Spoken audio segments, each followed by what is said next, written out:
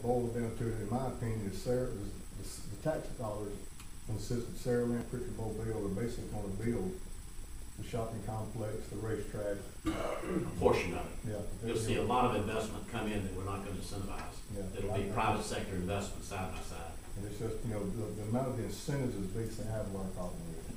You know, I have no problem with the project, they're just that's a big commitment, and give away a lot of our tax dollars to get these people. Can I make a comment about that? Just a quick comment.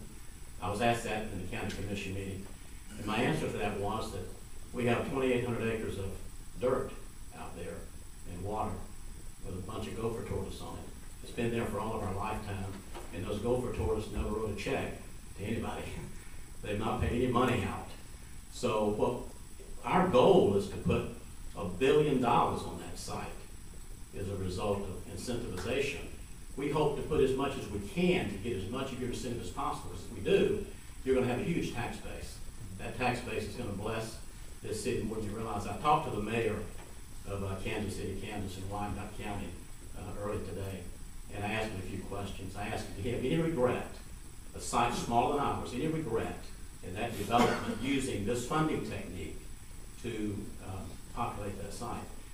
He's looking at roughly $2 billion worth of investment. He says 10,000 jobs on that site and about a $50 million tax base.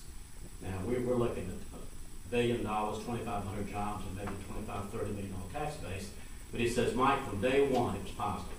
He said when the property taxes kicked in, it was a great thing to our city. He said, but what surprised us was the housing and the quality of housing that wanted to be near this development. He said that was a revenue source to us. And he said the surprising thing is that crime started taking a downturn. In the last 2 years, crime has gone down 20% a year. So he created a megapolis, a revenue source that has taken them out of a high crime and a high poverty area status and blessed his community.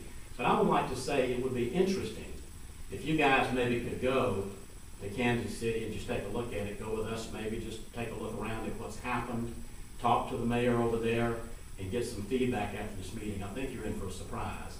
And we're going to be working for you for the next 20 years. You got a lot of folks going to be working for you. Thank you. Thank you, Sue. Other comments from the mayor, from the council representative? I have just a few. You know, I've dealt in real property issues for over 25 years and dealt with developers. But what I want to do is, when I started looking at this, I wanted to ensure that if this were to get off the ground, we protected our citizens. I've listened to all these proposals. I've met with Dow with them and all these folks. I've been to every open house at University of Mobile. I've sat in on the public hearings we've had. I've sat in on every meeting. I have probably read through this document, maybe Doc might have, more than anyone else. I probably had the most questions I usually do. I have been one of the biggest headaches, I know. I've also been to Kansas City. I have seen what's there. And they talked about, I thought this project was dead.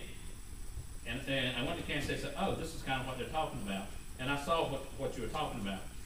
I had mentioned that to you, that I was there about 2 years ago, but I thought the project had been completely dead after you got back.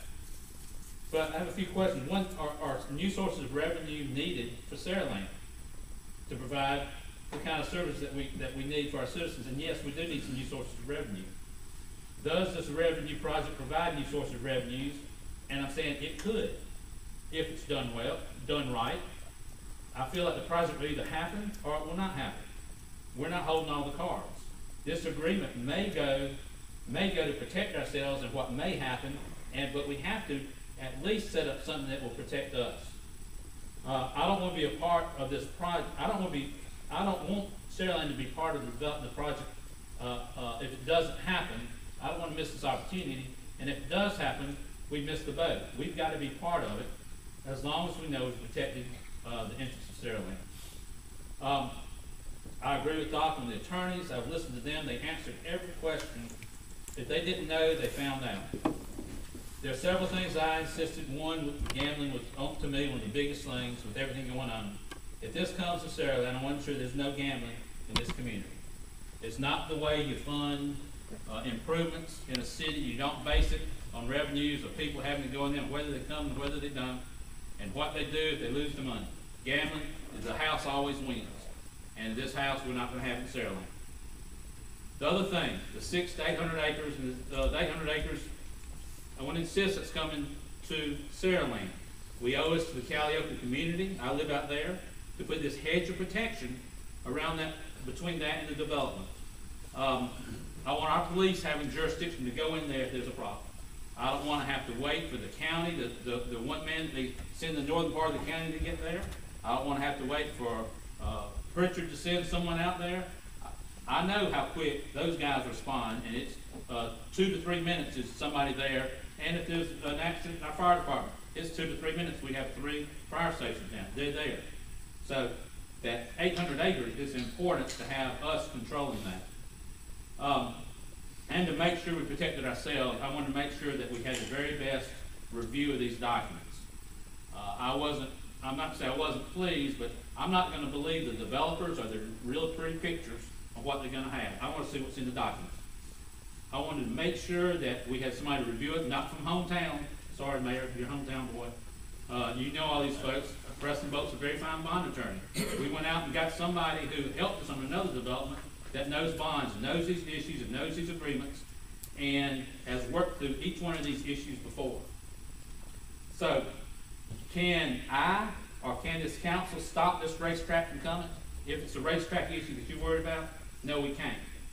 Can I control anything that everybody has all these ideas? I've heard them for 6 weeks. Whether it's good or bad, I think that we can't control that either. Can any of us control what may happen to 28 acres? No, but we as a city can control that we limit the risk to ourselves. What can we control? We can be prepared to do the best we can. And we put we put ourselves in this to ensure that we've reviewed this thing, we've gone over the fine-tooth comb, there's no money invested, you've heard all the arguments for and against. And this entire process has been very difficult. I've heard many opinions, many threats, many people invoking fear, but it simply comes down to a decision, a very tough decision. And we can only posture ourselves if this project is a success. And we can share and partner with the investors if this project does work. Doc mentioned about the other taxes, only sales taxes here. Of the 3.5%, half goes to school. There's other taxes there. 1 cent still comes to the city, sales tax still comes to the city of new money coming into this area.